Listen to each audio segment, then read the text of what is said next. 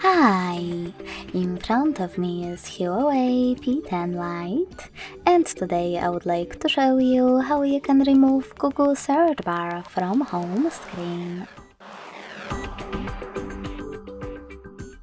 All you need to do is hold your search bar and wait for remove option to show. When it does, drag your search bar on top of it, and when you see that it turned red, let go. As you can see, after that my search bar was successfully removed.